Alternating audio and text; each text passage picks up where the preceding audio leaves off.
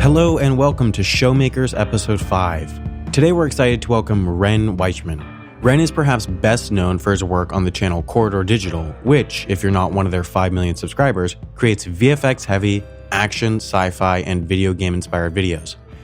He can also be frequently seen on the Sam and Nico vlog channel and runs his own personal channel called Wren the Reaper.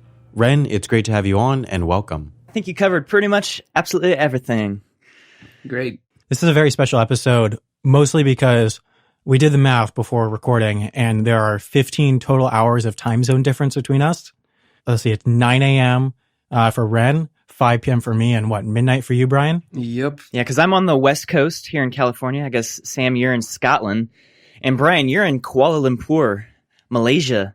Yeah, and you're going to be hearing it many times throughout the podcast with fancy sports cars pulling out of the toll booth that is about 500 meters away from my apartment. Even though I'm on the 26th floor, you're going to be hearing it throughout this video. Or, not video, podcast. I mean, it could be a video. Oh, it would be. I figured out a way to count how many episodes we've done when recording, in case we need to say in the intro, what is this? Or no, I know what this is. This is episode 5, right? 5. All yes, right. Exactly. Because I have 1, 2, 3, 4, 5 bottles of cider on my windsill. Oh, I see. I've got 1 cup of coffee for my first episode of Showmakers. No comment. But yeah, no, I mean, guys, you guys are starting off great with this podcast. You got Hank, you got Destin. That's pretty cool. And we just released another one with Mike Hurley from Real AFM as well.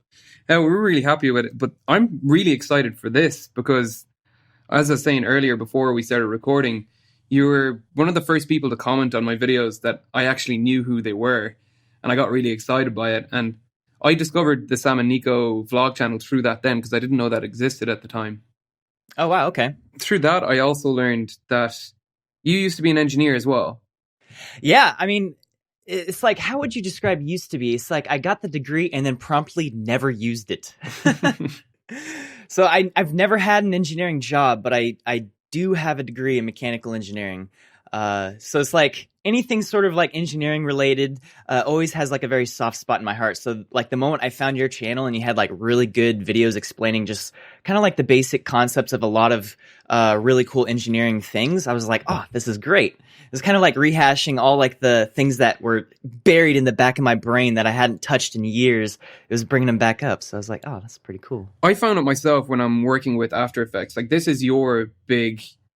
Like your main job with Corridor is special effects, right? Yeah, pretty much. I mean, that's like if I was to melt everything down to like one job, it's probably like visual effects artist, even though I don't like to pigeonhole myself as a VFX artist. But yeah. So Wren, tell me how wrong am I for using Final Cut Pro for animation type stuff? For animations? Dude, I mean, hey, if it works, it works, right? You obviously make fantastic videos with some sweet animations. I honestly had no idea you do all of those in Final Cut? Yeah. Wow. All right. Just keyframing everything. Yeah. Hey, I mean, it works. With all the layers you have all kinds of like shape layers and text layers. I'm impressed. Yeah, well, I went down to the YouTube space London to try to figure out how to use After Effects. And after about full 8 hours, I figured it wasn't worth my time. So now for my latest video, I just hired someone to do it for me. Okay. Yeah. There's plenty of people out there looking for work who use After Effects. How did you personally initially learn how to kind of use After Effects? Because that's what I'm struggling with. So I actually discovered that you can even do, like I discovered about After Effects at the same time I discovered that you can like do filmmaking and visual effects on a home computer at all. And that was because I stumbled across this website called videocopilot.net. And the guy who runs the website, Andrew Kramer, makes tutorials on how to use After Effects because he was making plugins and assets for people to use. And at the time, it's like not that many people really knew how to use After Effects. So he saw that as an issue. So he decided to teach people how to use the program for free so that they would buy his stuff. And it actually worked out great because I was like, wow, this is really fascinating. Because I'd kind of dabbled in video editing up until that point, but like very, very minimally. Like in video editing, and I think you can do this in Final Cut Pro or, Vegas or Premiere. You basically take a layer of footage and you can have another layer on top of it. And if you crop it, you can end up creating like these sort of like clones or duplication effects, very simply. And that was as far as I'd ever gotten with effects, if you can call it that. And so discovering After Effects tutorials to teach you how to do way cooler things just blew my mind. I ended up spending like, I think 2 or 3 months watching every single tutorial on that website. There are over 100 at the time because I didn't have a computer that can even, do effects. So I just had to settle with, living vicariously through video. Did you find, I found like doing engineering helped me a lot with that. I imagine you used a lot of absolutely. the same programs that I did, with like just AutoCAD and everything like that. Very similar kind of thought process to building the layers up. I mean, yeah, absolutely. And if you think about it, like engineering isn't so much a degree in like specific sciences as much of a degree in like just critical thinking and problem solving. It's like you learn in class, you have all these different things that you study, but at the end of the day, those things are just forcing you to, evaluate a problem, figure out what the issues are and the steps to get to a solution. And that's totally applicable to visual effects as well. Because it's like, all right, you have this shot, you have these issues that you have to overcome in order to make an effect. And you just got to work it out. It gives me that same sense of like the endorphin rush when I figure out a problem that I used to get with engineering that I found I was lacking with my old job. I wasn't getting that sense of it, like the endorphin rush of figuring out a really complex problem, but I get that all the time using After Effects. Like I really enjoy that aspect of it. Yeah, that's awesome. See, I enjoy Final Cut Pro because it's like solving the problems. It's like building a bridge with a hammer and nails. Are you using Final Cut 10 or? I don't know, man. Like the newest version? The Final Cut X, rather. Let's see. Let me browse. It says Final Cut Pro. I don't know. Okay, fair enough. I don't really know what I'm doing here. I don't know how I got subscribers. Just working it out as I go along. Yeah, man, I'm looking at your channel right now, and it's like you have a ton of videos. That's a lot of videos. Do I? He works so much more efficiently. Well, I'd say efficiently. He just works harder than I do. I mean, over the course of a year, though. Yeah. Well, I do bi-weekly. So like twice a month? Which makes me work a lot. Yeah. Gosh. Or yeah. once a fortnight, as our UK friends would say. Brian, do you have like any sort of like regular upload schedule you try to stick to?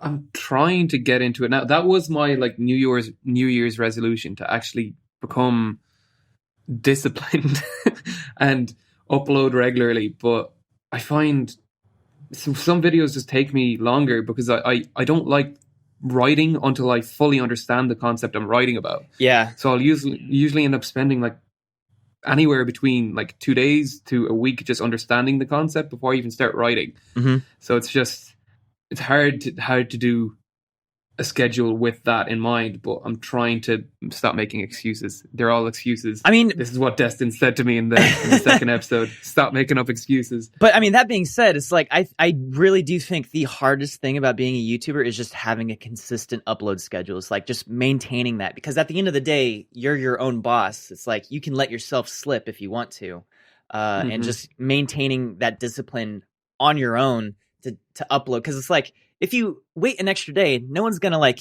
criticize you or like, put a lower stamp grade or fire you or anything like that. It's just, it's all up to you. And if you start slipping on your own, next thing you know, it's like a week goes by, and then 2 weeks goes by, and then you're still behind schedule. It's hard. Because I tried doing that on my own channel, and like, it's we have something very similar between all of our own videos, and that's they require a lot of like work. A lot of like production value goes into these videos. And so you can't just turn around something like that in a single day. They take time. And that means that just the variability of it all, some videos take a lot longer than others. And so when you have a consistent upload schedule that you're trying to hold to, suddenly you're pulling all-nighters just trying to hold to this arbitrary self-imposed rule.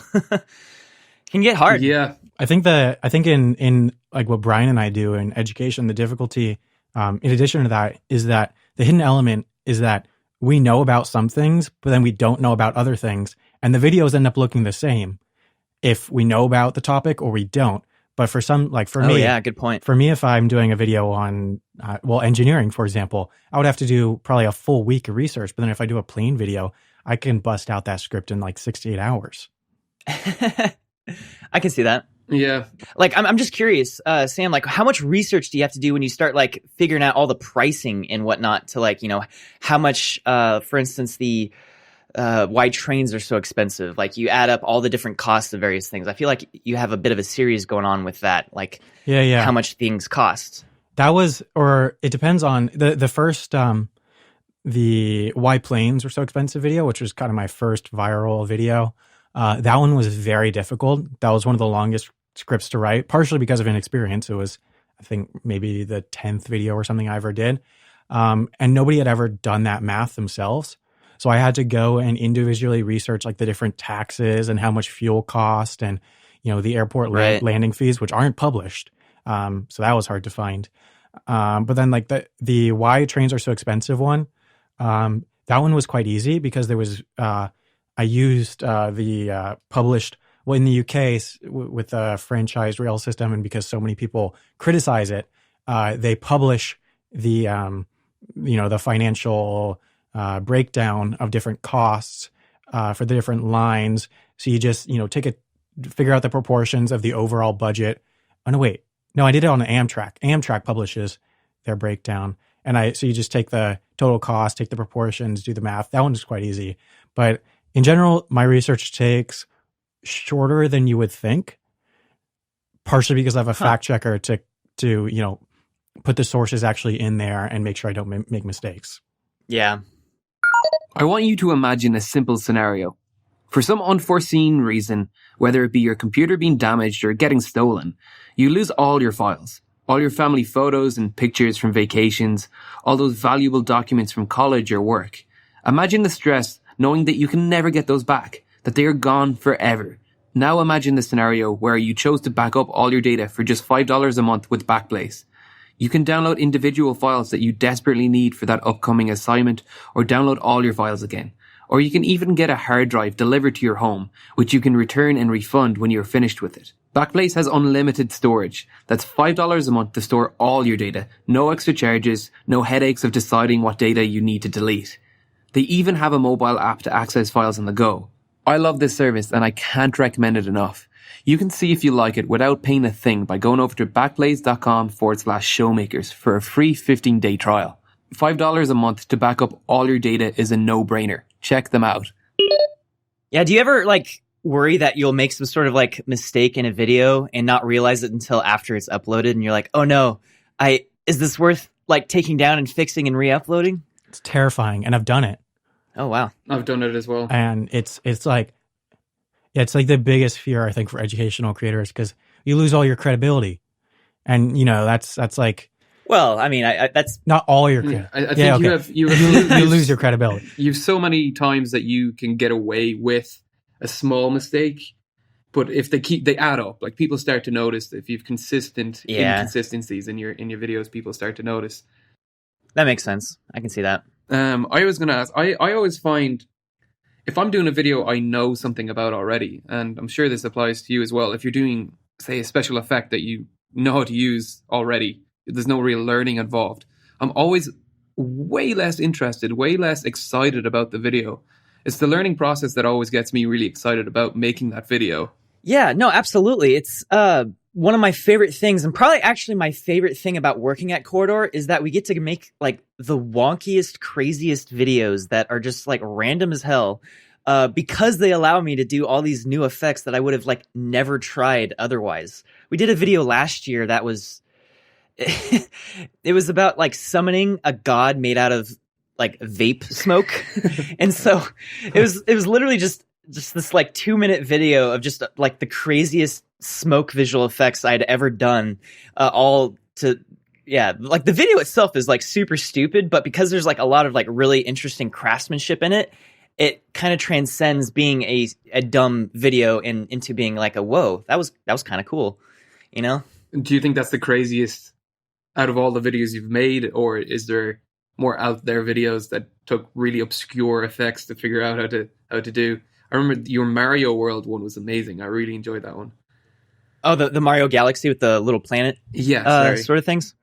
Yeah, no, totally. That was probably the most challenging video to conceptualize and like plan out. The effects side of things, actually wasn't that hard on the video. I just ran into a bunch of like complications near the end because the After Effects composition I was using was massive, because the entire video is essentially just one shot. So I have to pretty much assemble every single visual effect in one sort of like After Effects project file, which is really unusual. You usually like to break up the whole video into smaller, project files. Especially when After Effects doesn't have its own encoder included in it. So you have to, if you have one big file, which I realized today, I've never ran into this problem before. I didn't have enough disk space on my laptop. With 500 gigs, I didn't have enough disk space to export the Showmakers episode today, because I did this like voice visualizer on it. It was 510 gigs and it quit. I got that sheep noise. Oh my God. That goddamn sheep noise scared the shit out of me. Oh my God, wow. Yeah, it's a rare occurrence hearing that sheep noise. Yeah, if you start getting like a really huge like cache file where, the program's just trying to store everything while you're using it, that can be a problem. But yeah, like for that Mario Galaxy video, each of the planets was a 4K by 4K video file, and I was adding tons of effects on top of that. And so it's just like my computer, even though it was super beefy, was chugging. Your most popular, or the Corridor Digital's most popular video, has 36 million views, which is almost as many views as my whole channel has gotten, in total. What is it like having a video that's been watched by, what is that? Some quick math. You gotta help me here. 250th of the world's population, right? Geez. Wow. It's like, well, the video you're talking about was actually like before my time here at Corridor. Cause I've been working. The second most popular video is just as many, the smallest empire. I just pulled it up, and you're totally right. So, it's weird. There's a bit of a disconnect, to be honest, between like me and just kind of seeing that number. It's like, it's hard to really fully appreciate how many views, because that's a mind-bogglingly large number. It gets even weirder when you start adding up the total number of views for the entire channel, which is, I think, upwards of, I want to say like almost 600 million views, perhaps. Yeah, 575 million. Oh my God. Yeah. That's when you start realizing, wow, there's a lot of views here. It's weird because you start getting used to the huge number of views that you get. And so when you put out a video and it doesn't get 50 million views in the first hour, it doesn't matter how good the video does or how many views the video gets. I'm always a little disappointed. It's a really bizarre feeling. Like, we'll put up a brand new video. I'm super proud of it. But if it didn't get 50 million views in that first hour, I'm just like, okay, time to start on the next one. Which, of course, is obviously a super unrealistic expectation. But I think that's kind of the point. I assume you mean 50,000 views in the first hour. No, I'm saying like 50 million, like something that is almost impossible to get. Right. Yeah, I remember at VidCon EU, which Brian and I recently attended, in the panel, in the Hank Green Science Creator panel that Brian notoriously missed, even though he was called on stage. I love it. Hank Green was talking about his what is it called? It's like not his like science podcast that's like not safe for work, kind of. Anyone can help me out? No, I can't think of the name right now. It's totally science. I think. Oh yeah, something like that. Then his new science podcast. He was mentioning. Someone asked a question about it, and he mentioned like, yeah, but it's not that popular. It only gets 10,000 listens, and the whole room let out a big sigh. And it took me a little while to figure out why they were doing that. Because again, the perspective of your, the size of your channel, and you judge your videos off of how well they do relative to others, which makes exactly. I've been trying to train myself out of that mindset, because it's the exact same thing I was doing with my old job of like always feeling like I could be doing a little bit better, earning a bit more, blah, blah, blah. It's like, it's not, if it's actually affecting you mentally, it's horrible. Like, of course you want your video to be getting a certain amount of views, but I'm trying to train myself out of like having that disappointment. Yeah. Like, I feel like I've started to get pretty good at not caring how many views the videos I work on get. For instance, we just finished a video about like shadows up on a wall, and I worked pretty hard on it, and it's sitting at 300,000 views after a week, which I understand is a lot of views, but at the same time, our average view for a video is over 1 million. So it's like, it's not performing as well as other videos have, but to be honest, I don't mind. It doesn't bother me at all anymore, which I'm actually really happy about, because it used to be like, oh man, I'd put all this effort into a video and it goes up and it gets like just a below average number of views. And so you're like, well, okay, what was wrong? What happened? Did we, and you assess and you analyze everything about the video. And then you get to a point where you realize it was maybe just the luck of the draw and it's time to move on to the next thing. You just got to like not let it affect you. Yeah. Sometimes there's so many factors that go into what actually makes a video really popular. Sam blows my mind. He's been hitting like an average of 1 million for every video in the last while, and I'm not gonna lie, that's awesome. A little bit jealous. It makes you like wonder like, why am I getting those sort of numbers? And then you kind of, reality kicks you in the ass again. It's like, you're doing fine. You're doing absolutely fine. Stop comparing. Yeah. Like as soon as you start comparing, even to your own older videos, comparing is the worst thing you can do. I mean, yeah.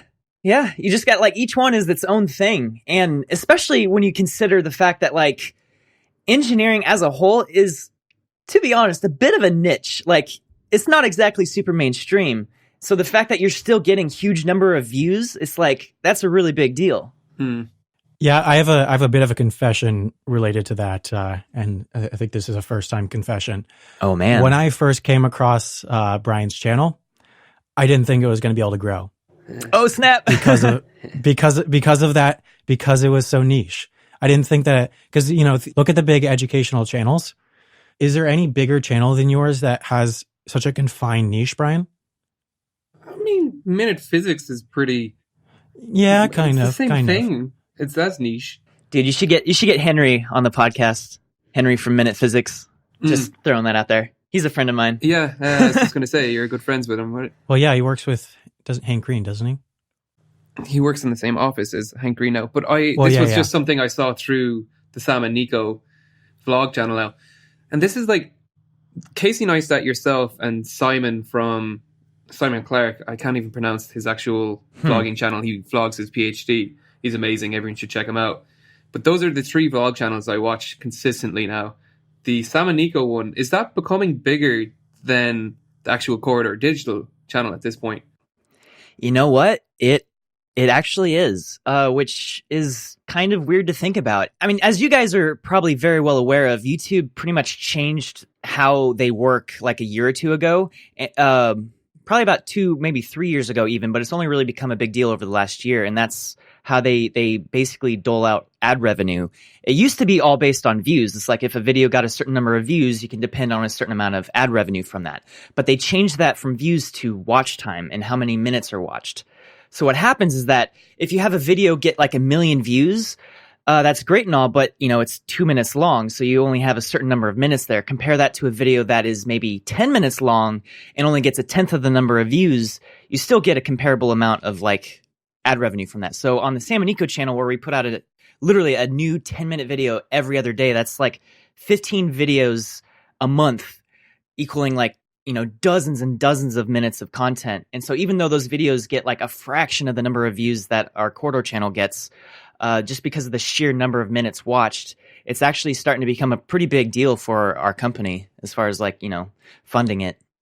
You're averaging 120,000 views per video? Yeah, about, which is really crazy to think about, because when we started a little over a year ago, we started the very beginning of 2016, we were averaging under 30,000 a video. And we're like, man, wouldn't that be crazy if Sunday we're getting like 100,000 average, which we're pretty much hitting now. So it's weird to think about it. I also personally think vlog views are a lot, there's like different kind of views are more impressive than others.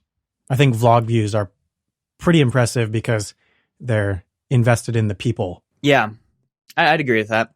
Like I'm actually, and so that's another reason why I don't really mind too much when the Corridor videos don't get, a billion views in the first 2 minutes, is that like I'm starting to find myself become a little bit more invested in the Sam and Nico channel, which we are going to be rebranding at some point soon because it's kind of really awkward to explain the two different channels. We have the Corridor Digital channel and the channel named after these two guys that aren't even really in the videos that much anymore.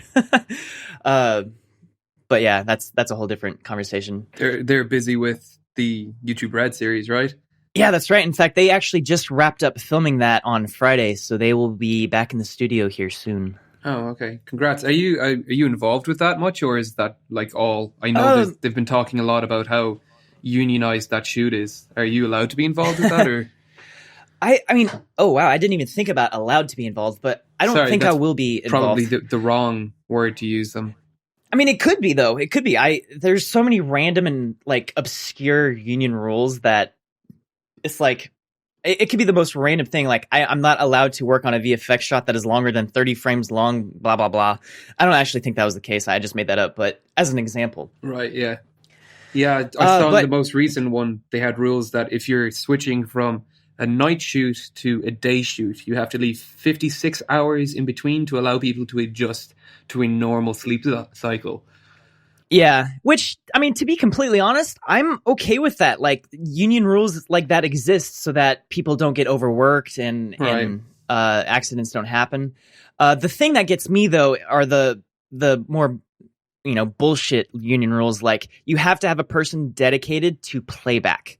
As in, when you film something and then you hit the play button on the camera to review the shot, no one on set can review any footage because they didn't hire a person to do that. It's a union rule that you have to have a dedicated person to go over to the camera and hit the play button. So, like, literally, Nico, they'd be filming or they'd finish shooting a shot and he wouldn't be able to play back. So he'd have to pull out his phone and record the monitor with his phone to be able to watch the shot over again. It's crazy. Which is crazy. Yeah, that's absolutely crazy. Yeah. Which is completely backwards from pretty much the entire YouTube filmmaking mindset we've, developed over the last several years, which is, very run and gun. Everyone has all the hats at the same time. You're just trying to get the shot as quickly and efficiently as possible.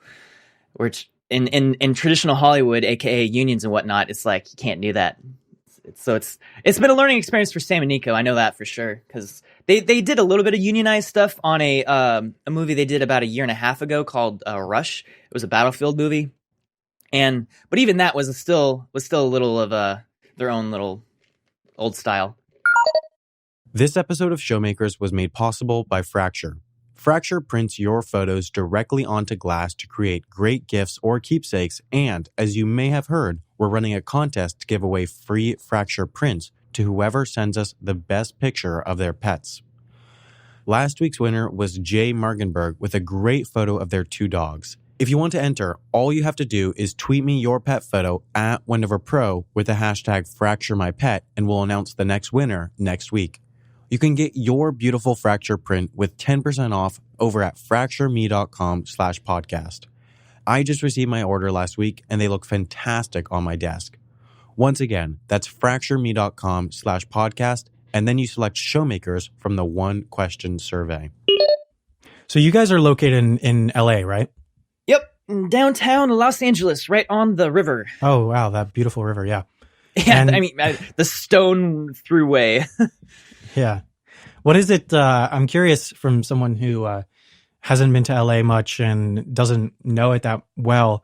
What is kind of the, it seems like all the big YouTubers are there. So what is kind of the YouTube culture like essentially there? Do you see a lot of other people and get to know all the other big players in YouTube? I am very proud to say that I've become friends and gotten to know a lot of, people I look up to, a lot of other YouTubers, because most of them are actually located here in Los Angeles. And it's kind of a weird thing. Like, why are so many people located in this certain specific physical area when all they're doing is uploading things to the internet, which you can do from anywhere, as both of you guys absolutely prove from uploading from Scotland and, Malaysia. You don't have to be in any specific place. So, yeah, it's weird to think that, like, why is everyone here in Los Angeles? And what it comes down to is just, physical meetings and stuff like that. Collaborations. It's way easier to go over to a person's house and work together, which is probably the easiest way to grow your own channel is to collaborate with other creators. And the easiest way to do that is to live down the street from those creators. But then again, I feel, plus you have like, the YouTube space is here, VidCon is always here. And so it's way easier for people to travel, and, parties is actually, weirdly enough, another large aspect about the business. As weird as that might think. It's like when I go to a party, that is work. Because as fun as it is to hang out with other people, you're making connections, you're networking, even if you don't really realize you're doing it. And when you're located in the same area, that's a lot easier to happen. I imagine a lot of the people ended up out there, well, not ended up out there, that were already there because they were already there trying to act in like the mainstream, like TV and movies. And YouTube just was another way to get that career going, and that absolutely community kind of built around that alone. Yeah, I mean, I moved to Los Angeles specifically to do YouTube videos. Like, I knew that Sam and Nico already lived here for Corridor, and I had actually met them. I visited LA and I met them. I met Freddie. Fun story, it was actually Henry from Minute Physics who introduced me to all of those guys, because he was actually working as a VFX editor for Freddie back in the day, back when he only had like 1,000 subscribers on his channel. And so I moved down here to LA specifically to do filmmaking stuff and to do YouTube and all that, because for the industry, especially in filmmaking, all the people are here. And at the end of the day, that's what it comes down to, is like the people. But it seems like, the whole educational space on YouTube, nobody, or aside from, I guess Vsauce is really the big one in LA, and then everyone else is in Europe. And there's Minute Physics in the US. I'm trying to just think on the top of my head, but CGP Grey, Kirk Gazat, Brady Heron, everyone's in Europe, and that's why VidCon Europe felt like educational YouTuber party. Oh, I bet, yeah, totally. I can see that. I didn't even think about that. You're right, though. There's a lot of educational people in America as well. I mean, Real Life Flora came all the way from Texas as well. Well, yeah, but still, there's a couple. There's like him. There's Cody from Alternate History Hub, Second Thought, again, Minute Physics. But just think about the populations, and then think about the relative number, especially of considering it's an English language platform. Just in the UK, Tom Scott, that's another Europe one. I think the BBC and stuff has a fairly large influence on that as well. I feel like people tend to flock towards London for educational documentary scenes. People who are interested in that tend to be in London. I don't know why. Huh. I think it is something to do with the BBC. I have heard that London is like the place to be for documentaries and stuff, whereas LA is, the rest of the entertainment industry. But I think what was it, episode 1 where we trashed London? We were both speaking about how we never wanted to live there. And it looks like I'm going to be moving there as well. Really? Oh, man. I hate London. I hate it so much, unless I can convince a certain person to set up somewhere else. But this is a secret project that I'm not able to talk about yet, but it might fall through, but hopefully it won't. Yeah, you haven't even told me about this. Wow. But here you are, announcing it to the world on Showmakers. Yeah, I want to hear about this, Brian. Maybe in a future episode. I don't know if it's going to come to fruition or not. We're just making the business plan for it now at the moment. Oh, then I probably knew who it is. But anyway, I'm excited. But yeah. I have a question. Sam, you're American, right? Oh, this question again. Did you guys talk about this already? Oh, man. Don't worry. The answer is yes, I'm American, but I live in Scotland. I get questions all the time on why my Scottish accents sound so weird, and I came here for education. Where are you from originally, like specifically? Washington, D.C. Okay. Interesting. Yeah, no, I used to live overseas as well. I lived a few years in Norway, and I also lived a few years in Vietnam. So it's like I'm very well used to being an American living in another country. Brian lived in Norway. I lived in Norway and I lived in Malaysia. Wait, where in Norway did you live? Stavanger. Dude, I lived in Stavanger. I went to the international school Stavanger. I lived just down the block from the Three Swords. Yeah. So many things in common. Whoa, I had no idea. That's crazy. Awesome. Yeah, I only lived there for 3 months. Oh, wow. That's... I barely call it living there. Like I'm in Malaysia for a month now. I wouldn't say that I'm living in Malaysia, but I was transferred there for work for 3 months. Dang. So yeah, before you started full time on YouTube, what was your job? It was engineering based, but tell me a little bit more about that. I was a product manager in the oil and gas industry, basically. Obviously, if I'm going to Stavanger, it's like the oil capital of Norway. Yeah, I mean, that's why I was in Norway. My dad's a geologist, so that's why we were there. Ah, cool. Okay, yeah. So, for people who don't know, Stavanger is literally the oil capital of Norway. Everything goes through there. It's where Statoil and everything is based. Yeah, I was just product manager. It was really, really boring product, which is like half of the reason I didn't like the job. It was literally cable management. So if you like, oh wow, okay, look up on the top of any building or like any oil rig or anything to do with energy, you need to have cable management, and that was our product. Huge industry, but so boring. It's literally like Meccano for a roof. Yeah, I imagine it's not exactly rewarding either. No. Like a lot of my job ended up being sales and stuff and marketing as well, because in Malaysia you end up becoming the handyman for the entire office, because I won't go more into that because I'll say something that I shouldn't say. But like you're expected to do everything, and I'm not a good salesman. Especially I'm good at selling things that I am really passionate about. Like that's the entire point of my YouTube channel practically, is selling something I'm passionate about. But if I don't care, I just get so disenfranchised with it. It's like I go into a meeting and be like, why should we use your product over someone else's? Like, I don't know. Right. I don't care. It's like, I don't care, man. Use whatever you want. And then your boss looks at you like, why would you say that? Can we turn that question right around, and can you tell us what you did more specifically before YouTube? Me? Yeah. Well, I was in college and getting my degree, and about 3 or 4 months before I graduated, there's this thing called YouTube Nextup. This was in 2011. At this point in time, I had been kind of working on my YouTube channel, like here and there. At this point, Corridor and Freddie W were channels that had both been around for almost a year and had been soaring in popularity, doing the exact thing that I wanted to do. And at this point, I was starting to like really, craft my resumes. I had already applied for a job in Hawaii working on a nuclear submarine for the government. And that would have actually been pretty cool. I ended up not getting the job, but I like to say that I turned it down. But yeah, so it was around this time. I'm working on like my senior design project, finishing up my last semester of college, and this YouTube Nextup program is announced where YouTube themselves are going to select like 30 creators and give them like $35,000 and fly them out to New York City to do like a crash course and making videos on the internet. And I was like, oh my God, this is amazing. I'm going to apply for this. And so I made a little video, I submitted it, and I actually made it into like the top 100 channels or whatever that then you go vote on. And yeah, it was basically, I made it to like the last round of voting for that. I ended up not making it to the program, but it was the fact that I tried and got great reception. Like people like Mystery Guitar Man and Corridor Digital, like they both discovered me through that.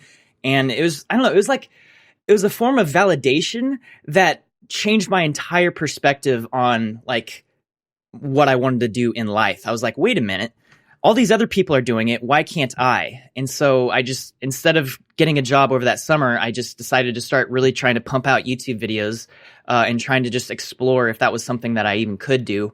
And I managed to get a few hits that did really well. So I decided to say, you know what?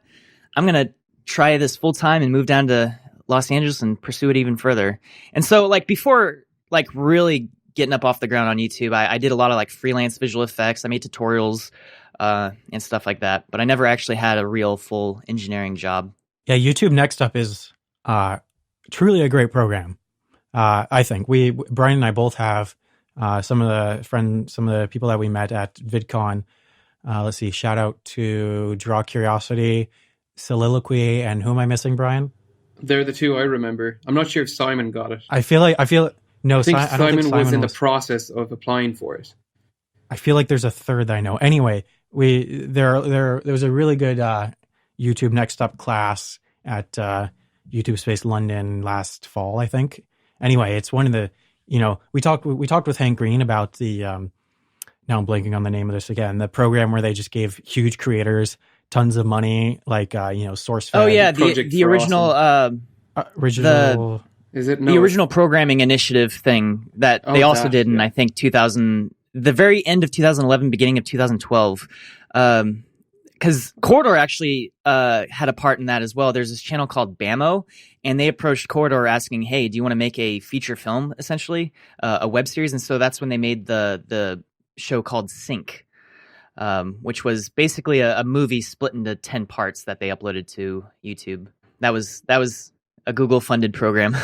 I'm sure YouTube has recognized this, but I think the amount of people who have come from YouTube Nextup, the amount of significant creators now versus, you look at the results of YouTube original programming or whatever that was called, RIP SourceFed. And obviously, I think let's see, to go technically, the ROI has been so much better for Nextup. I made it into the second class of Nextup, actually. So like there's the first class in 2011, and then they did it again in 2013. And so I applied for that one and actually made it that time. So I was actually part of the second wave of Nextup people out of the LA office here. So that was pretty cool. But I couldn't help but feel that I was like the one person that didn't fit in with the rest of the YouTube Nextup people, because I put out so little content, and they were wanting, as much content as possible. And so like the part of the agreement for the program is that like you'd put out a certain number of videos within a certain number of time. And here I was like, I'm going to spend the rest of this year working on one video. So I find it really fascinating with YouTube. I was having a conversation with a online marketing person here, and it just kind of dawned on me. YouTube is the only social media platform where you don't have to promote them, and you don't have to pay them to promote you. Every other social media platform, whether it be Twitter, Facebook, Instagram, you have to pay them to like get your content seen. But YouTube actually helps you. Oh, you're right. To promote your videos and your content for you. And that's pretty incredible. And I was about to complain, I don't know why they don't do this more often with the YouTube originals, but the fact they do it at all is pretty incredible. That's a good point. I hadn't really considered that, because that's one of the things I hate most about Facebook is that, like, you have all these fans on Facebook and you make a post, and like a fraction of a % of your, people who have liked your Facebook page will ever even see the post unless you pay money to push that post more. Mm-hmm. It's infuriating. And you're right. YouTube does not do that. I think YouTube recognizes that YouTube gets a lot of flack a lot of times, but you're really on the same team, and they realize that. And for example, one thing that I love about YouTube is that they are fully behind the whole post-roll advertising thing that you see in podcast. They promote that. They encourage creators to do brand deals. They even teach you how to do it at, different seminars and stuff, the YouTube spaces, because they realize that leads to better production value, which leads to better, AdSense, blah, blah, blah. So you're on the same team because you're making stuff for them. So I think that's the reason why, or that's part of the reason at least, why in a lot of ways they help creators out a lot, even though you might give them some flack for how much money they give or demonetizing or whatever. Yeah, no, I think you're totally right. This episode of Showmakers was made possible by Squarespace. Squarespace allows you to easily and quickly create a beautiful website or online store using their award-winning templates. It powers wendoverproductions.com, realelengineering.net, and showmakers.fm because it just works. I created my website in a matter of minutes with Squarespace because I just wanted a landing page, while Brian's website is a great example of the level of customization and advanced features that Squarespace has. Whatever your needs are, Squarespace will work for you to give you a professional web presence. By going to squarespace.com/showmakers, you can get 10% off your first order from Squarespace. Once again, that's squarespace.com/showmakers for 10% off your first order. Have you guys been hit at all by the ads, the whole like quote unquote adpocalypse? No, we're clean. I haven't. I'm fine. Yeah, it's easy. We haven't really been affected either. Yeah, it's easy for a channel like ours to not be so upset about it, because my videos, if anything, are going up in ad revenue. My average like daily revenue has been going up consistently for the last, like, since I started. So like it's hard for me to complain. But Same for me, yeah. Yeah, totally. yeah, like I won't comment too much on it, but I do feel YouTube is getting a bit too much hate from people. Especially like I see comments on Reddit and stuff from people who aren't even creators on YouTube saying how crappy YouTube is and that it's going to shit and that they should use VidMe instead. It's like, no, guys, Yeah. YouTube is amazing. YouTube is the best thing ever. Yeah. Brian has gotten a lot of downvotes for this on Reddit. If you scroll through his Reddit account, You'd have to go down pretty far. I'm an avid defender of YouTube, and Reddit don't like that. They just want hate. Yeah, but Reddit's its own beast that I still don't fully understand. yeah, we can't blast Reddit because I think it helped both of our channels quite a bit. It's helped you more than it's helped. Yeah, Sure, yeah. I mean, it's helped me as well. Like anytime we have a video hit like the front page, it's like, oh, that video gets so many views because it's on the front page of Reddit now. But then It's amazing. Yeah, Reddit has like a really, really weird double standard on a lot of things. And it's something that Reddit itself even understands and kind of realizes. But I can pull up my traffic sources right now, and I'm not near as high as Sam is with the amount of traffic that comes from Reddit. But I'd say external views for my videos account for 10% of my total views. If I go into the 10% of the external views, I think Reddit accounts for 13%. So 1% of all my views come from Reddit. Well, that was probably very different when you 10 months ago. Yeah, no, Reddit is great for kickstarting you, without a doubt. They're really good for getting that initial view boost when you need it and just getting your initial subscriber growth. But YouTube, it's all been YouTube. Like the majority of my views come from suggested videos from YouTube. YouTube identifies it as something people want to watch and it's suggested to other people. And that algorithm in itself is amazing. Like this is what I'm saying with Facebook and everything else. Every other social media platform forces you to pay just to reach the audience you've already earned. That's crazy. That YouTube is incredible.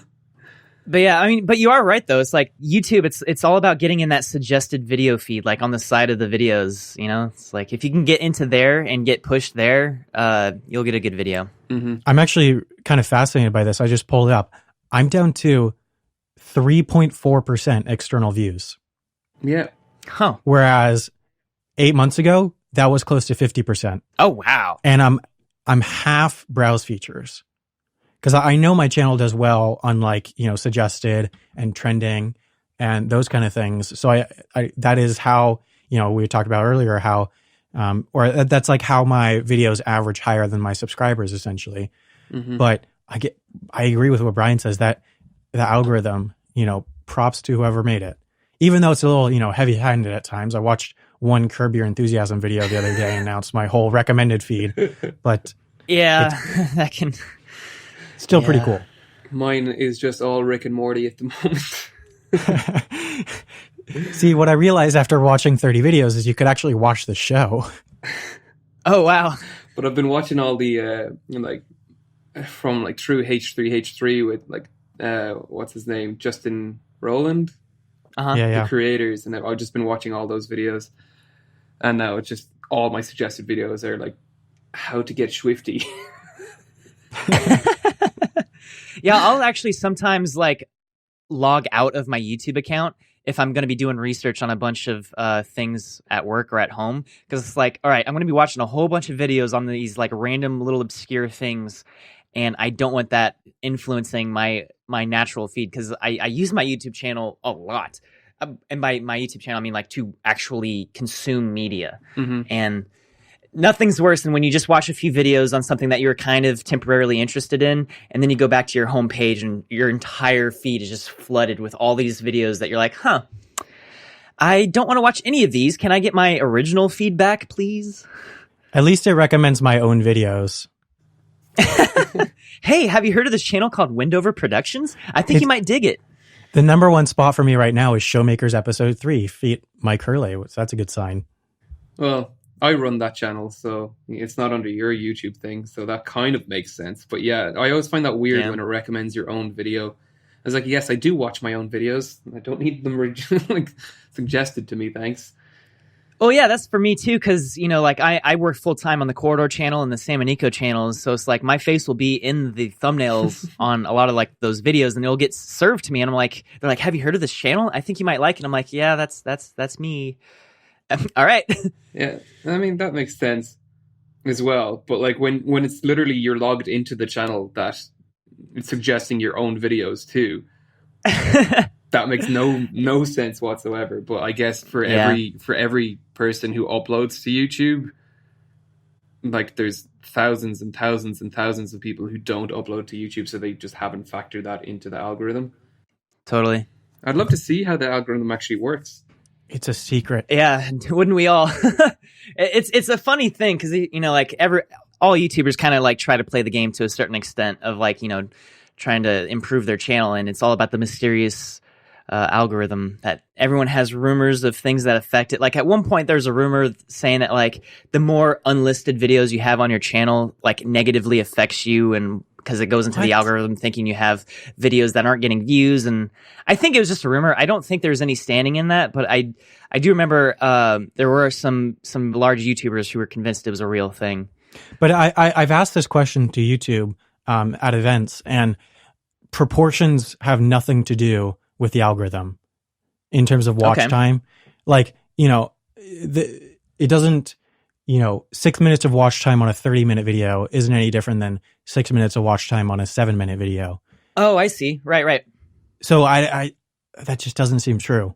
Interesting.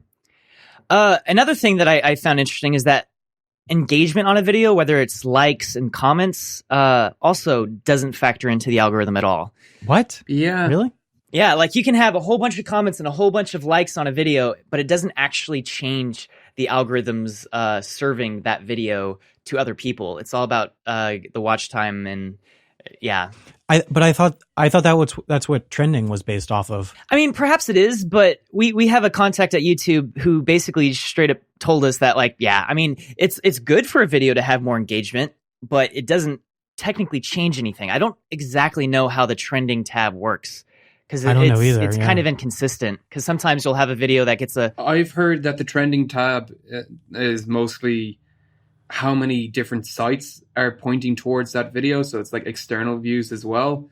But I'd say that's part of it. Because I've seen some people in Ireland trending that like they're getting it's really obscure things, like very few views. Well, it is country specific. So like I was in Hong Kong recently and it was all videos with 10,000 views from local creators.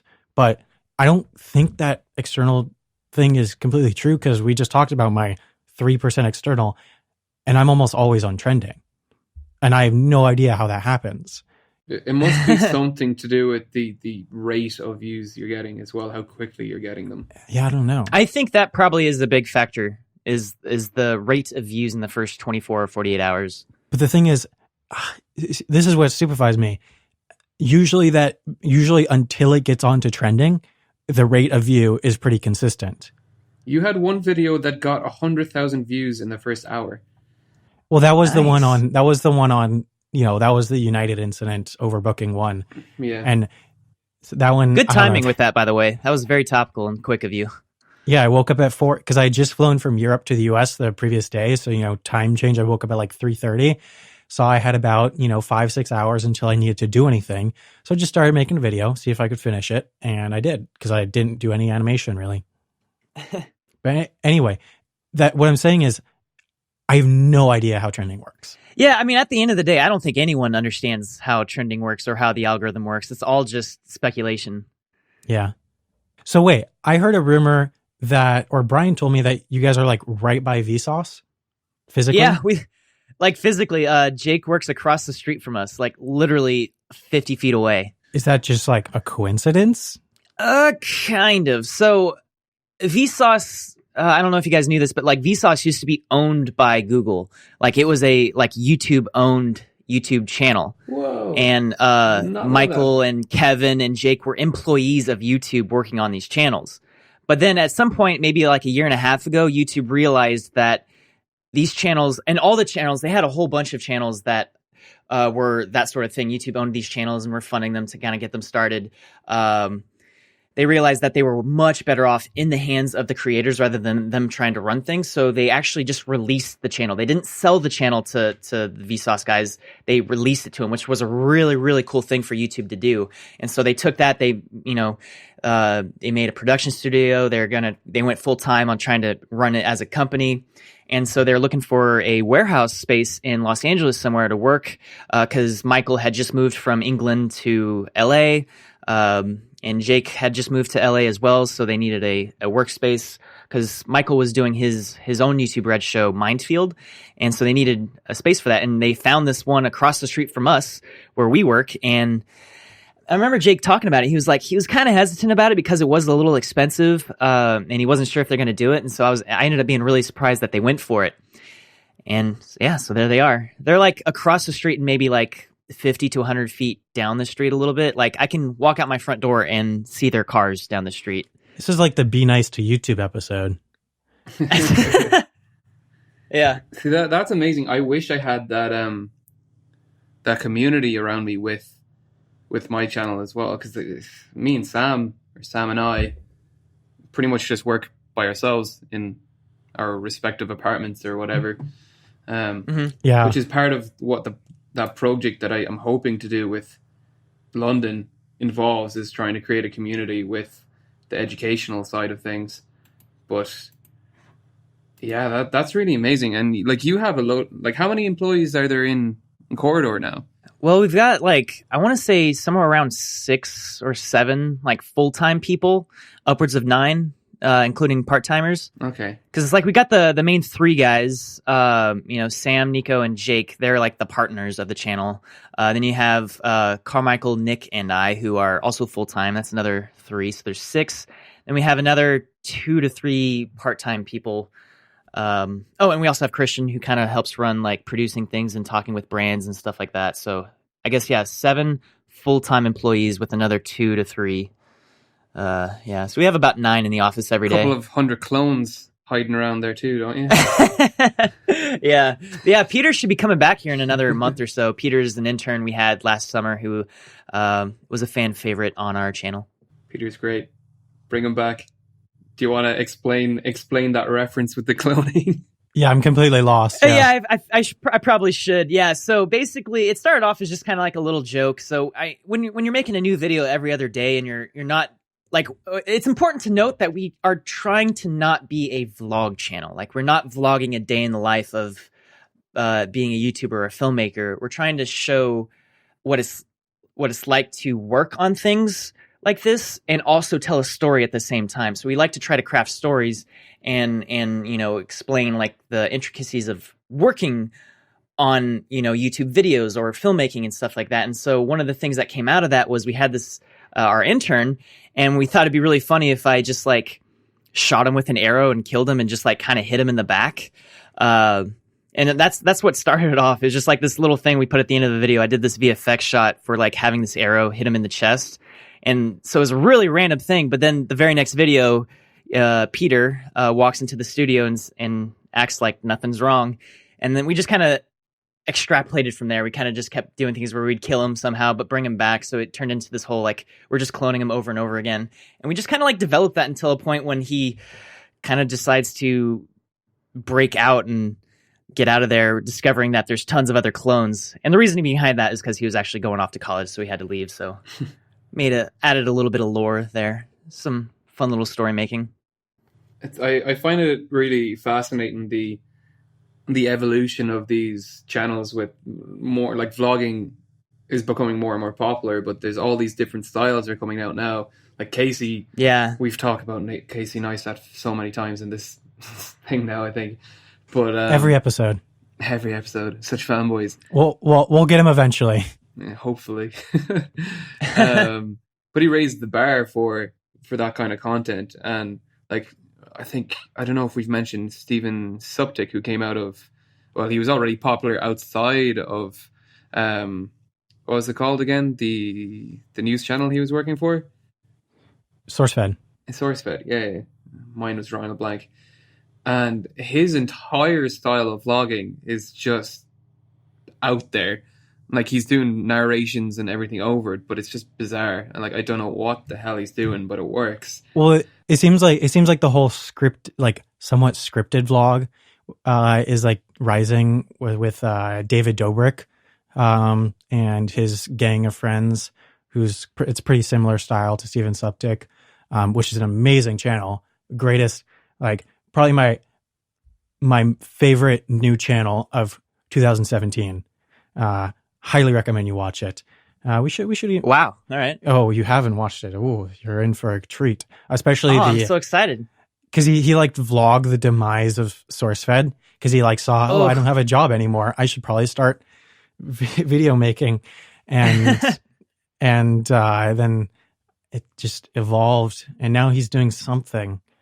He has some sort of project. But you don't know whether the project is a joke or reality. Like, it's really difficult to tell what is just some bizarre joke. There was one, they were like pretending that one of them, kind of similar with the cloning thing, they were pretending one of the characters you don't even know if they're a character or not. I don't know if this is how they actually act in real life, had a exorcism or whatever. What's the word? Yeah, an exorcism. For when you're actually possessed, when you're possessed. He had like a demon inside. Yeah. Just bizarre shit, but... Wait, Brian, you're wondering if that was real or not? You're wondering if that was a character? Yes, I'm wondering if he actually was possessed. No, I just find it really interesting, all these different style of vlogs that are coming out now. Yeah, like I used to watch a lot of Casey Neistat, and to be honest, we have kind of like not necessarily imitated his style, but we are inspired by a lot of things that he does. Because, he's doing something right. He was pretty much the most popular YouTuber of 2016, arguably. And it's like, he's just talking about his daily life every single day. So it's like, what is he doing right? He has a lot of production value, but what we realize what he does best is context.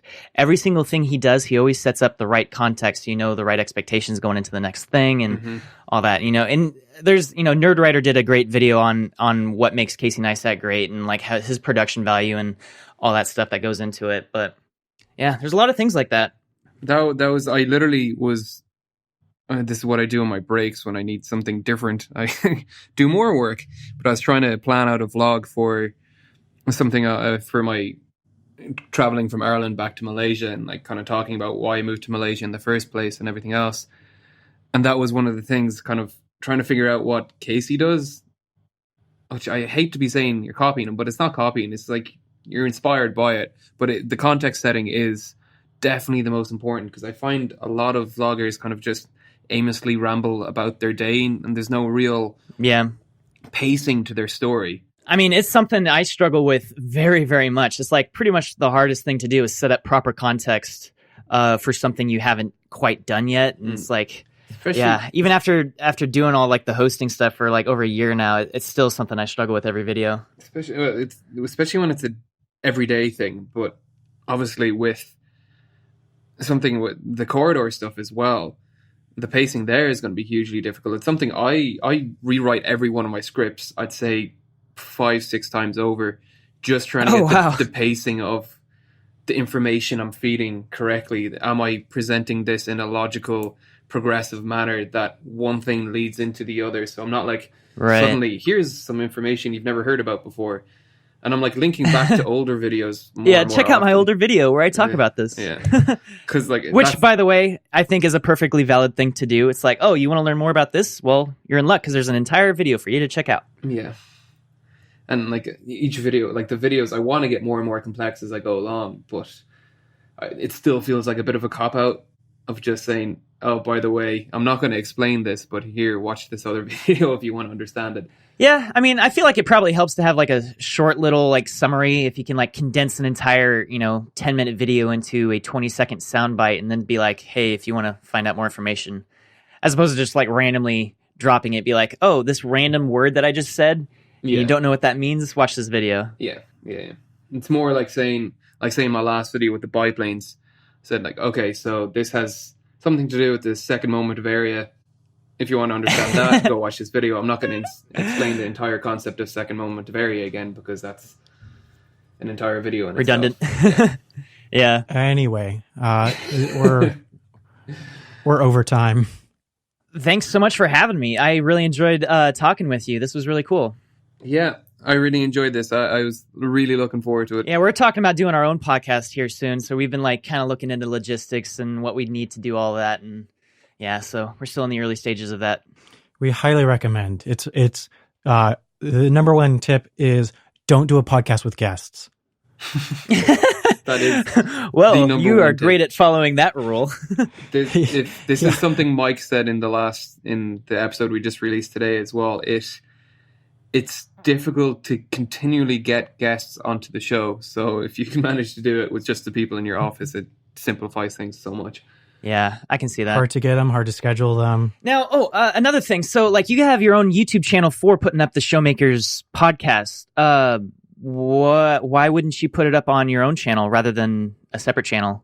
I understand the idea of like algorithm, trying to keep it separate. Is it okay? Because we both consistently get really high views, so we're afraid of like that. When I uploaded it onto my channel, it got 30,000 views, and I don't want to be screwing with that thing. Like, okay, I can see that. Yeah. And also, I think in general, a lot of people who might watch our channels are not interested in Showmakers, and maybe there are some people interested in Showmakers that aren't interested in our channels. Mm-hmm. So we just don't want to. We want to be able to separate it out so you know what you're going to get from each channel. Okay. Yeah. Totally.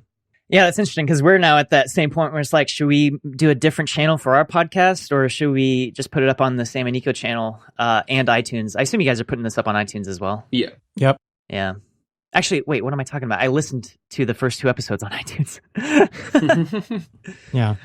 Well, interestingly, most of the traffic is from iTunes, which is not actually what I expected. But anyway. Huh. Okay. Thanks for coming on to the show, Wren. It was an absolute pleasure having you on, and I think this is probably one of my favorites so far. It was fun. More than working with Destin and Hank? No way. Your positivity is infectious. I love it. And for anyone thanks so much for having me. Yeah, thank you. And yeah, whoever hasn't watched the Sam and Nico or Corridor Digitals or Wren's own channel, what is the name? It's Wren the Reaper, right? It is. Yeah, it's a channel name that I made over like 11 years ago, and I wish I could have changed the name, but it is what it is. Mm-hmm. Hey, same story with Wendover Productions. Well, I wish I could change Real Engineering too, because I feel I'm really tied in with Real Engineering, but it was all branding. But yeah, thank you for being on the show, and I'm sure we'll talk to you again. Sounds good. Thanks, guys.